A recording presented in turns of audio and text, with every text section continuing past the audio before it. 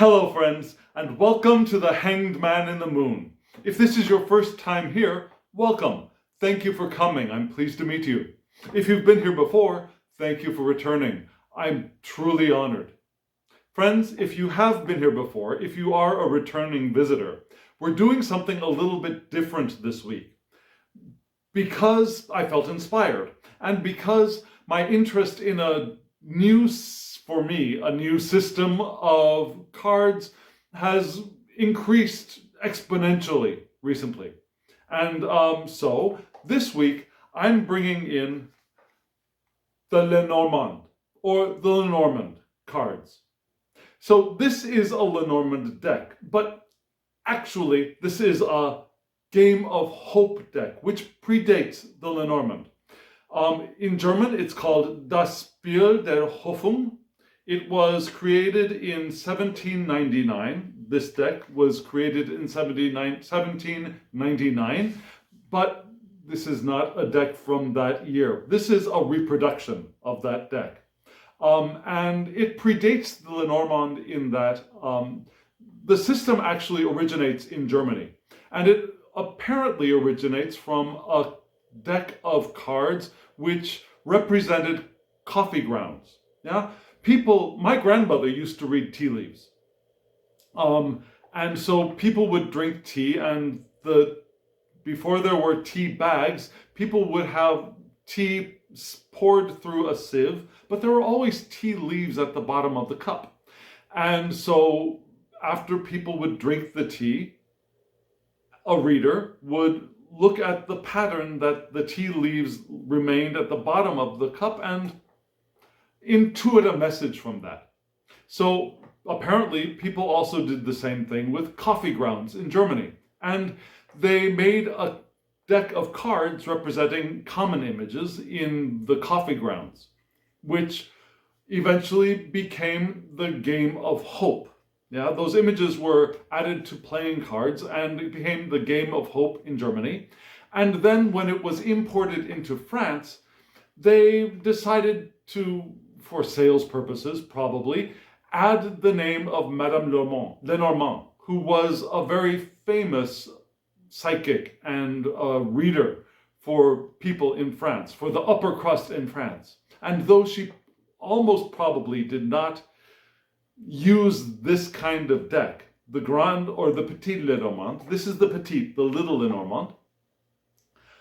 Her nephew, I think, agreed to use the name for a cut of the prophets. So that's how this deck became the Lenormand. And it's read very differently from a tarot or an oracle deck. Yeah, this deck is read like a story, more like a sentence.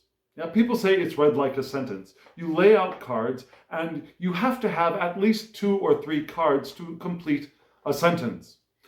And so I decided to use this deck in a reading today. Now, I am also not going to prepare this reading. Yeah, it's not a live reading, of course, but I'm going to be filming it as if it were a live reading. I'm going to be interpreting it on the spot, which is something I normally do not do, but I felt inspired to try doing that.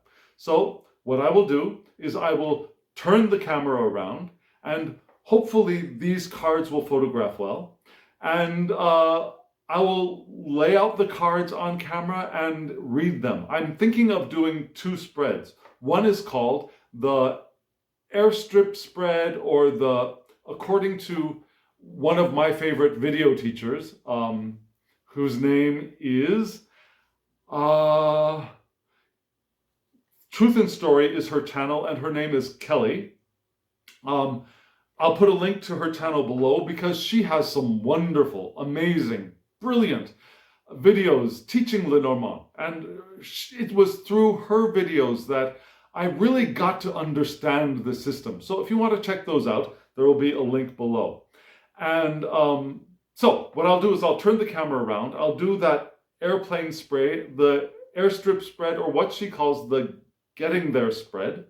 And then I will probably take 1 card out as a new significator and do a 9-card spread around that to get some more detail. So if you want to see what I mean, if you want to see Lenormand cards in action, if you haven't, or you just want to see another discussion on living the intentional life, stick around. I'll be turning the camera around right now. Frankly speaking, I'm a little bit nervous because I've honestly never done this before. So what I'm going to do is I've shuffled the cards, but we're going to do an airstrip spread, which means I'm going to lay out a significator card and the object of our reading. Yeah, and since we're looking for how to live life intentionally, the object for an intentional life is satisfaction, it's happiness. So what I'm going to do is I'm going to select, as if I'm reading for myself, but I am reading for the collective. We don't need to read gender into this, but I'm going to pick the gentleman card out of the deck. So the lady card or the gentlewoman card would be the partner of the significator. Just because it's a lady card or a gentlewoman card doesn't mean it cannot also be a man. Let's remember that. So let's look for the significator. Let's look for the gentleman card, the gentleman card, the gentleman card. So you can see that this is, as I said, a reproduction of the original deck. It was printed in the United States and sent to me. Here he is, the gentleman card. And I think I passed looking so carefully for the gentleman card, I think I passed our object, which is right there at the beginning. Okay, so this spread is going to help us understand, or help us to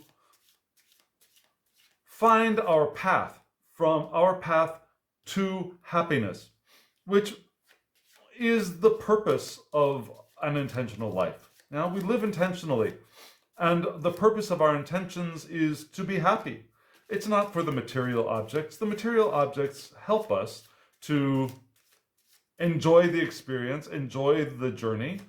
But the purpose, the object is not actually the object, but rather the feeling, the experience of satisfaction. That is the purpose of our life, in my estimation. So the question is, how do we move to our objective? And we'll get a path here. And so I will cut the cards, because I like to. And let's see, the first three cards I will turn upright. 1, 2. Oh, wow, I placed that gentleman card very nicely. 3. And the rest of the cards we will lay face down. 4, 5, 6, and 7. Okay, let's adjust the sun card into position. So this is our runway strip. This is how we want to get from here to here. And let me just make sure that we're all on, yes, we're all on camera. That's good. So the first card, I mean, this spread so far looks wonderful. Now, one thing about this spread is that you don't need to read all of the cards, although I'm probably going to turn up all of the cards. When you get to the end of a statement that makes sense, you can stop. Yeah? Sometimes I'm told, I haven't done this often enough, but sometimes I'm told that perhaps the statement could end right here, and the rest of the cards will make very little sense in relationship to the front end of the reading. But let's see how it goes this time. I have a feeling we're going to look at all of the cards and they will all be meaningful for us. So the first card is the pathway, the path. And for those of you who are new to Lenormand, all Lenormand cards have a playing card insert. Yeah, this insert relates to normal playing cards. Yes, here's the 6 of spades. Here's the, 5, 6, 7, 8 of hearts. Here's the queen of diamonds. Yeah, the ace of hearts, the ace of diamonds.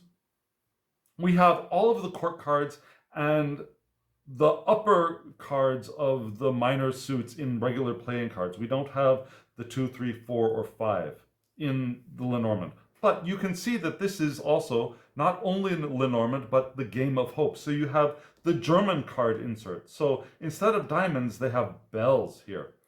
Instead of spades, they have, well, spade-looking leaves.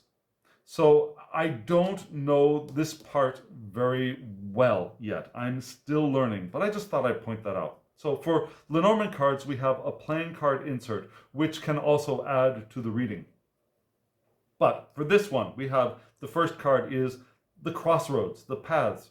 And that's the card of making choices. And that's what living an intentional life is. It's making choices. Remember, when we live life intentionally, we're living a path that is always shifting, like a river. Like a river will shift its course over time. Yeah. There are no rivers that have begun and are still in the same riverbed from the beginning of time, of their time on this planet to now. Yeah, all rivers shift, not only from point A to point B, but also this point will shift slightly this way or this way, depending on weather, flooding, erosion, etc. So that's how the Grand Canyon was created, right? So living intentionally, to get to our satisfaction, we have to remember that it's about the choices we make and moving with those choices. Each choice we make shifts the river of our intention, shifts the current of our intention in a new direction. And following that path, following the path of our intention, moves us in the direction of our satisfaction, of our happiness, of our great happiness. So the path, what kind of a path is it? Yeah. Remember, this is a sentence. Yeah. The path is not a path that you will find on a map. You won't find it on your navigation system. You won't even find it in books on planning goals, 5-year goals. That's not the path we're talking about. This is the card of intuition. It's also the card of sometimes a side business, yeah, a passion business. But here I think it's talking about intuition. Our path, it's an intuitive path. It's not a planned path. It's not a structured path. It's a path of intuition. And being open to that intuition is also a key to living the intentional life and to moving in the direction of our happiness.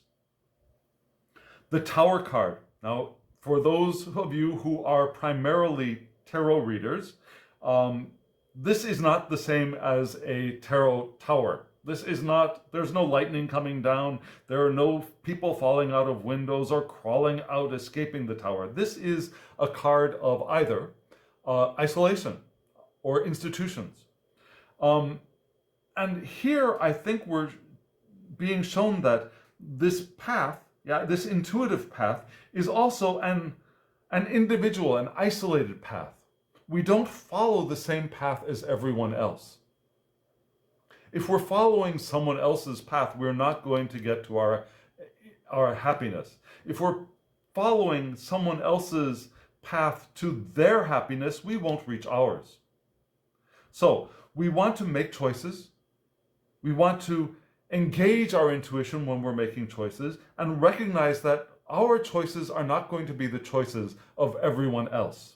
Now, they're our own individual choices. And sometimes following our path means removing ourselves from the flow of everyone else, taking time in isolation to get into alignment, our own alignment with our own higher self or our fuller self or the fullness of our spiritual and physical being, our physical and spiritual minds, if you will.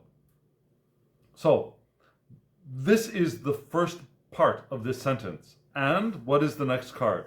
Let's see. Here we have fish, which are finances.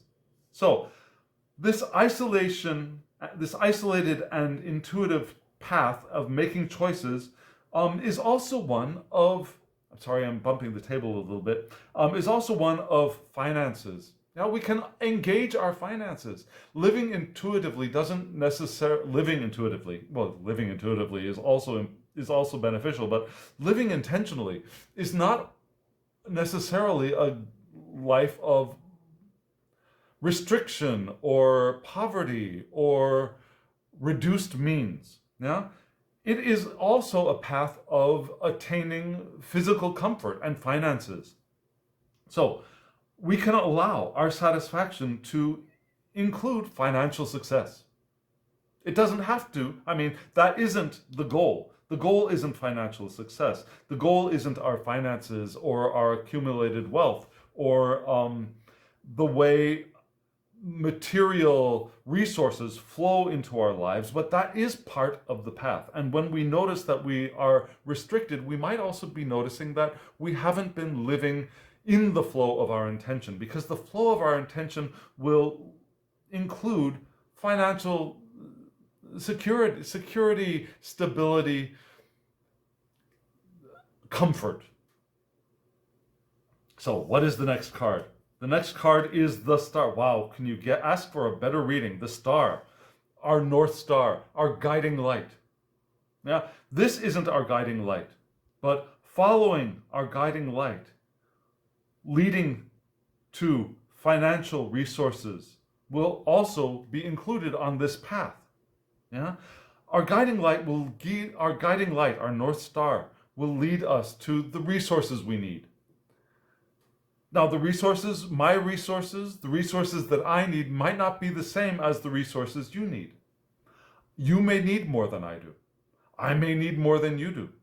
But to reach our satisfaction, our finances are part of that, and our North Star will guide us there. Now, our finances are guided by our star. And let's see what is here. And the birds. Now, the birds are a card of continuity, of communication, of verbal communication, but also of chatter. And here, now this might not be making sense. Let me turn over the last card. And okay, we have number 17, which is the stork, Let's see, 1, 2, 3, 4, 5, 6, 7, 8, 9, 10, 11, 12, 13, 14, 15, 16, 17. Okay. Yes, the stork. I'm sorry. This is the first time I've actually used this deck. I should have told you that. This is the first time I've used this deck. So we got the birds, but we've got the stork. So the birds, communication, people chattering, maybe a little bit nervousness. Our guiding star can lead us out of our not great anxiety, but little anxieties. Yeah, our financial star can lead us through and past our worries and concerns and those little peckish uncertainties to something new. The stork is something new. The stork, now in Western traditions, especially in English-speaking traditions, a stork usually is a symbol of babies, but that's not what we're talking about here. We're talking about a change for the better. And what could be a change for the better than our satisfaction and our happiness? So, what am I getting here? We want to follow our path. We want to make choices. Our choices are guided by our intuition and a recognition that this is a path of our own. It's our isolated path. It's a path that we are not following with other people. It's our own path. And it will lead to financial success as well as other material resources, as long as we keep following our North Star, our inner compass. Our inner compass will guide us down this path past our insecurities to that new that change for the better, the changes for the better, the improved states, which are the Sun card. So this looks like a very good understanding of living an intentional life. Now, making choices leading to changes for the better, changes of improvement, which are our satisfaction and our joy and our great happiness. And our great happiness is the purpose of living in a physical body. Now, we didn't come here to suffer. We didn't come here. Some people believe that we came here to suffer to prove our worthiness. However, my belief is not that we came here to suffer, but we came here to create, and we came here to experience joy, and we came here to experience revelation and enlightenment. We came here to grow. We came here to evolve. And that is what the Sun card is. And this is one way that we can get there. So, perhaps we might want to find out a little bit about this new thing. What is this change for the better? Now, what is the change for the better? What kind of changes can we anticipate, or what kind of changes can we look for? And so I'm going to try doing a 9-card reading surrounding that. So I will put these cards back in this deck. This is only a 36-card deck, so it's very small compared to, say, a tarot deck, which is 78. And putting them in a small deck randomly is a little more challenging than one would think. Let me put these guys back here randomly. Okay, let's call that random. And I'm just going to do a very easy, comfortable shuffle. So what did you think? While we're waiting for the cards to get into place, what did you think of that reading? Did that make sense to you? Did that hold meaning for you? If it did, I'd love to hear in the comments below what you thought. If it resonates with you. If it doesn't resonate with you, I'd like to hear that too. I'd also like to hear what you think of this kind of a reading going forward. Now, this is not a reading that I have prepared in advance. I usually lay out a spread and take a little while to think about it, gather my thoughts, reconsider my interpretation before I record. And as you can see, I am not doing any of that. This is all on the cuff. So what do you think? Do you prefer it when I've got things organized, I've got pictures?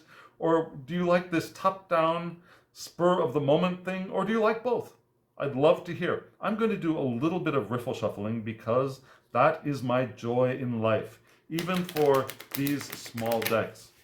If you are unused to Lenormand's decks, this is one of the larger sized Lenormand decks, believe it or not. There are decks, and I have one, that are much smaller, that are about a quarter of this size. I have this deck in the smallest version as well, because there is something called a grand tableau, which means a big picture in French. And the grand tableau requires laying out all 36 cards and reading those cards relationally. And so for a camera, the very small deck is very useful because you honestly do not need to see the images in detail for reading a Lenormand style reading. A sun is a sun. You don't look at where the sun is, what color it is it a lighter sun or is it a darker sun? The sun is the sun. Yeah? The gentleman is the gentleman. The lady is the lady. The stork is the stork. There are some cards that one reads directionally. Yeah? For example, the mice card. The mice card, you might look at what's on one side is being eaten away and one side is being dirtied. You might look at the clouds. One side is being, the light side is being less confusion, the dark side being more confusion. So there are some directional ways of reading the cards, but still, with some tarot decks, you'd look at, well, this woman has red hair and red means this to me. This card also includes a mouse, and it's not a mouse card, but includes a mouse, and mice make me think of this. That's not what happens in Lenormand, generally, as a reading style. So, okay, so let's do a 9 card around that stork.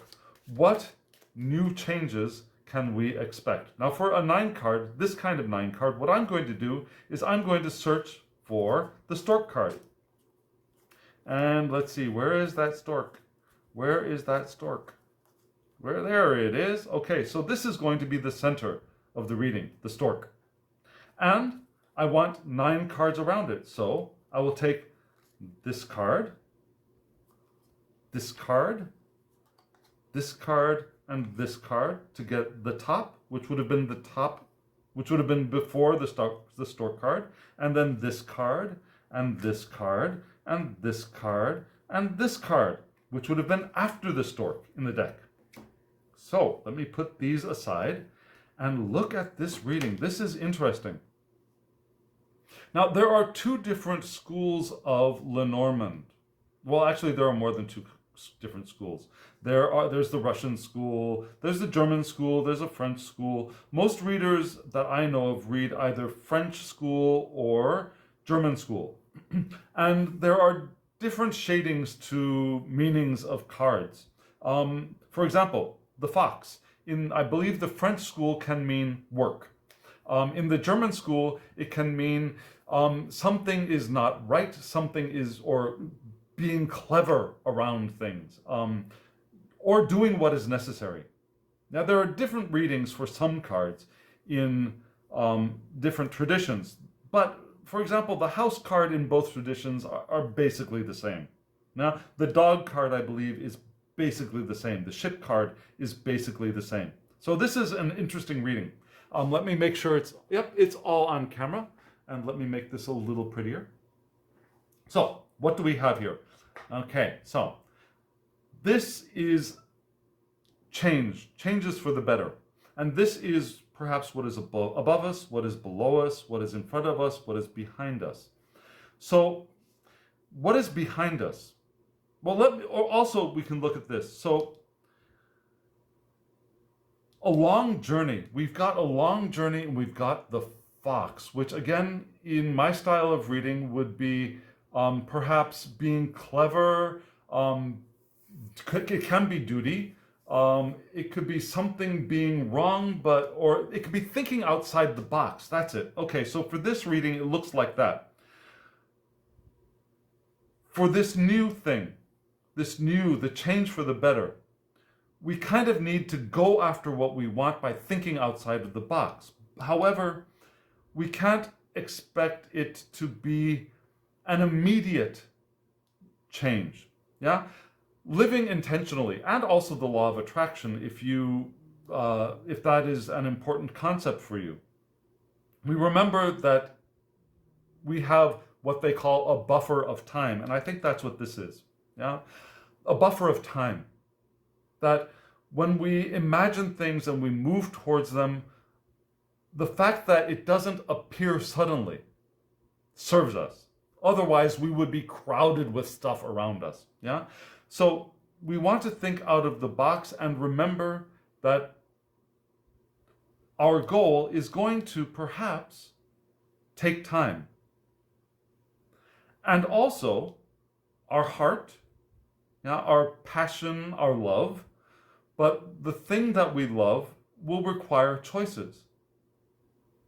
So, these choices, thinking outside of the box, will take time, and the choices will need to make choices to move towards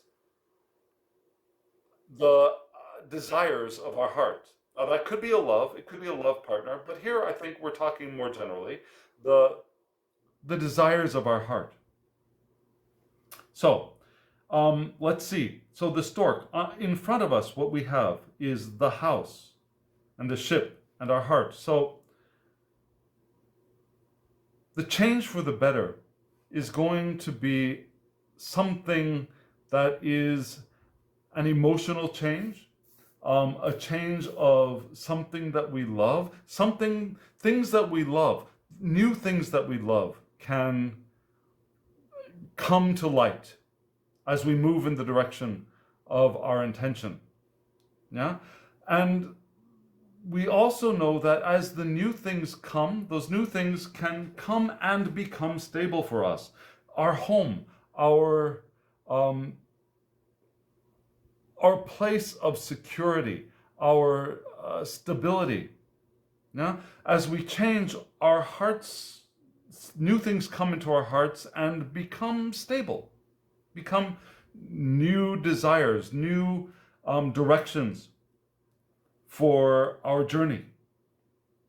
In the past, we might have an ending, an ending to some. Now, again, when we read it this way, we took one interpretation. When we read it in another direction, in association with other cards, we'll get another reading. And here, I think the path is leading from an end to the need for being clever. Yeah? We may have thought in the past that to get what we want, to move in the direction of our intentions, we had to be clever. And that is not the way to go if we really want to lead an intentional life. Being clever is not the way to do it. Not clever in the sense of trying to get something before someone else gets it, trying to outmaneuver other people. That kind of cleverness, not intelligence, not wittiness, not following our instincts, but that kind of negative sense of being clever. We want an end to that, and we're choosing to end that, perhaps that habit of trying to be clever to get what we want. Instead, a bouquet. A bouquet can be an invitation, but a bouquet is also something that is pleasing. It's beautiful. It's